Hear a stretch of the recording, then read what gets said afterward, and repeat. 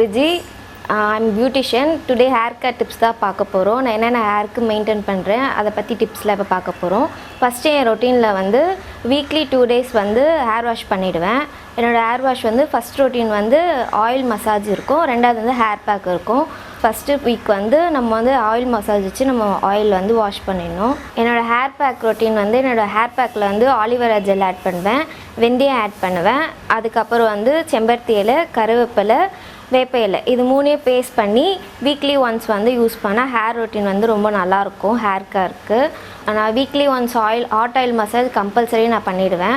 Hot ஆயிலுக்கு வந்து normal coconut ஆயிலில் வந்து விட்டமின் இ கேப்சிகம் யூஸ் பண்ணிட்டு ஹாட் ஆயில் நல்லா லைட்டாக ஆயில் வந்து ஹீட் பண்ணிவிட்டு நம்ம ஸ்கால்ஃபில் படுற மாதிரி நல்லா மசாஜ் பண்ணி ஒரு 10 minutes ஒரு 20 minutes வந்து இது பண்ணிவிட்டு அதுக்கப்புறம் ஹேர் வாஷ் பண்ணால் ஹேர் வந்து நல்லா க்ரோத் நல்லாயிருக்கும். உங்களுக்கே நல்லா ரிசல்ட் தெரியும். ஹேர் வந்து ரொம்ப dandruff இருந்தால் அதிகமாக டேமேஜ் ஆகும்.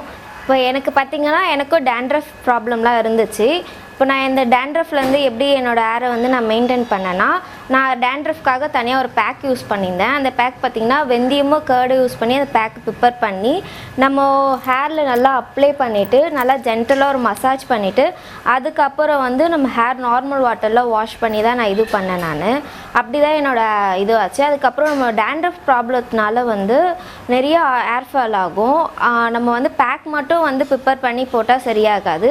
நம்ம யூஸ் பண்ணுற சீப்பு, நம்ம பில்லோ கவர் எல்லாமே வந்து நம்ம ஹேர் வாஷ் பண்ணுறப்போ அதுவும் கூட சேர்த்து வாஷ் பண்ணி ஆகணும். அப்போ தான் வந்து dandruff வந்து சீக்கிரமாக கம்மியாகும். நான் இந்த பேக்கை யூஸ் பண்ணால் தான் என்னோடய dandruff ப்ராப்ளத்தை நான் கம்மி பண்ணேன். நீங்களும் யூஸ் பண்ணி பாருங்கள். உங்களுக்கு dandruff சுத்தமாக இருக்கவே இருக்காது. எனக்கும் சுத்தமாக இல்லை இந்த பேக் யூஸ் பண்ணதுனால. இப்போ நிறைய பேருக்கு ஹேர் ஃபால் ஆகுது. ஹேர் ஃபால் வந்து என்னென்ன ரீசன்னால ஹேர் ஃபால் ஆகுதுன்னு ஃபஸ்ட்டு அதை தெரிஞ்சுட்டு அதுக்கேற்ற மாதிரி ட்ரீட்மெண்ட் பண்ண ஹேர் ஃபால் வந்து நல்லா கம்மியாகும். இப்போ வந்து ஃபஸ்ட்டு வந்து ஒர்க் டென்ஷனால் ஹேர் ஃபால் வந்து ரொம்ப அதிகமாகுது. அதுக்கப்புறம் வந்து dandruffனால ஹேர் ஃபால் ரொம்ப அதிகமாகும். அதுக்கப்புறம் ஸ்பிட் அண்ட் ஹேர்னால ரொம்ப ஹேர் ரொம்ப ஃபால் ஆகும். நீங்கள் இதெல்லாம் வந்து கண்டுபிடிச்சிட்டு நீங்கள் வந்து அதுக்கேற்ற மாதிரி ட்ரீட்மெண்ட் பண்ண ஹேர் ஃபால் வந்து கம்மியாகும். நான் ஹேர் வாஷ் பண்ணிட்டுக்கப்புறம் 1 day கழிச்சு தான் வந்து நான் ஆயில் அப்ளை பண்ணுவேன். ஆயில் எப்போவுமே நம்ம அப்ளை பண்ணோடனே சீப்பை வச்சு வந்து தலை வாரிடக்கூடாது. தலை வாரினா அதிகமாக நமக்கு ஹேர் ஃபால் ஆகும். ஏன்னா வந்து நம்ம வந்து ஆயில் அப்ளை பண்ணுறதுனால நம்ம முடி வேர்லாம் வந்து லூஸாக இருக்கும். அப்போ வந்து நம்ம சீப்பை வச்சு உடனே சிக்கு உடைக்கிறதுனால அதிகமாக ஹேர் ஃபால் தான் ஆகும். நிறைய பேர் என்ன மாதிரி லாங் ஹேர் வச்சுருக்கவங்க வந்து மோஸ்ட்லி வந்து வெளியே போகிறப்போ கொண்டை போட்டுக்கணும் அந்த மாதிரி தான் நினைப்பாங்க.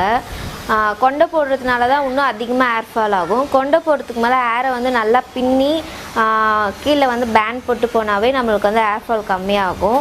நம்ம அதுமாரி ஃப்ரீ ஹேர் விடுறதுனாலையும் ஹேர் ஃபால் அதிகமாகும் தான் சொல்லுவாங்க. ஆனால் ஃப்ரீ ஹேர் விடுறதோட கொண்டை போட்டால் தான் நமக்கு ஹேர் ஃபால் வந்து ரொம்ப அதிகமாகும். நீங்கள் நார்மலாகவே லாங் ஹேர் இது இருக்கிறவங்க ஹேரை நல்லா பின்னி போட்டாவே நம்மளுக்கு வந்து ஹேர் ஃபால் வந்து கண்ட்ரோல் ஆகும். நிறைய பேருக்கு ஹெல்த் ப்ராப்ளத்தினால ஹேர் ஃபால் ரொம்ப அதிகமாகும். ஹெல்த்தில் வந்து மினரல் விட்டமின்ஸ் கம்மியாக இருந்தாலும் ஹேர் ஃபால் ரொம்ப அதிகமாகும். நீங்கள் அதுக்கேற்ற மாதிரி இன்டேக்கும் நிறைய ஹேர் பேக் போட்டால் மட்டும் பத்தாது. ஹெல்த் வைஸாக நம்ம இன்டேக்கும் நிறையா நம்ம பாடிக்கு நம்ம இது பண்ணாத ஹேர் க்ரோத் வந்து நம்மளுக்கு அதிகமாகும். இன்டேக் வந்து நம்ம வந்து நெல்லிக்காய் ஜூஸ் வீக்லி ஒன்ஸ் வந்து நம்ம எடுத்துக்கலாம். கருவேப்பிலை ஜூஸ் கூட நம்ம எடுத்துக்கலாம். ரெண்டும் மிக்ஸ் பண்ணி கூட நம்ம சாப்பிட்லாம். அப்படி நம்மளுக்கு இன்டேக் இப்படி ஜூஸாக நம்மளுக்கு குடிக்க பிடிக்கலன்னா கருவேப்பிலை துவையல், நெல்லிக்காய் ஊறுகாய் இந்தமாரி கூட நம்ம இன்டேக் நம்ம அதிகமாக எடுத்துக்கலாம். அந்தமாரி யூஸ் பண்ணிங்கன்னா கூட ஹேர் க்ரோத் வந்து உங்களுக்கு நல்லாயிருக்கும். இன்டேக்லேயே நான் சொன்னதெல்லாம் இல்லாமல் ரொம்ப முக்கியமானது வந்து டெய்லி வந்து நம்ம 3 லிட்டர் தண்ணி கம்பல்சரி குடிச்சாகணும். அது நம்ம ஹேருக்கு மட்டும் இல்லாமல் நம்ம ஸ்கின்க்கு எல்லாத்துக்குமே ரொம்ப நல்லது. கீரை வகை டெய்லி நம்ம வந்து நம்ம ஃபுட்டில் ஆட் பண்ணிக்கன்னா அதுவும் நம்ம ஹேர் க்ரோத்துக்கும் நம்ம ஹெல்த்துக்கும் ரொம்ப நல்லது. நீங்கள் இந்த டிப்ஸ்லாம் வந்து ஃபாலோ பண்ணி பாருங்கள். உங்களுக்கு ஹேர் க்ரோத் வந்து ரியலி ரொம்ப நல்லாயிருக்கும். உங்களுக்கு ஹேர் ஃபால் வந்து ஆகிறதையும் வந்து கண்ட்ரோல் பண்ணும். இப்போ வந்து வெளியே போகிறப்போ வந்து நம்ம ஹேர் வந்து கம்பல்சரி எப்படி இருந்தாலும் நம்ம நிறைய பேர் ஃப்ரீ ஹேர் விட தான் ஆசைப்பட்றோம். எனக்கு ஃப்ரீ ஹேர் விட தான் ரொம்ப பிடிக்கும். ஆனால் அப்படி இருந்தால் நம்ம ஹேரை வந்து நம்ம மெயின்டைன் பண்ணோன்னா நம்ம வந்து நைட்டு தூங்கும் போதாச்சும் நம்ம ஹேரை வந்து பின்னி மடித்து கட்டி நம்ம தூங்கினா வந்து ஹேர் ஃபால் வந்து கண்ட்ரோல் ஆகும்.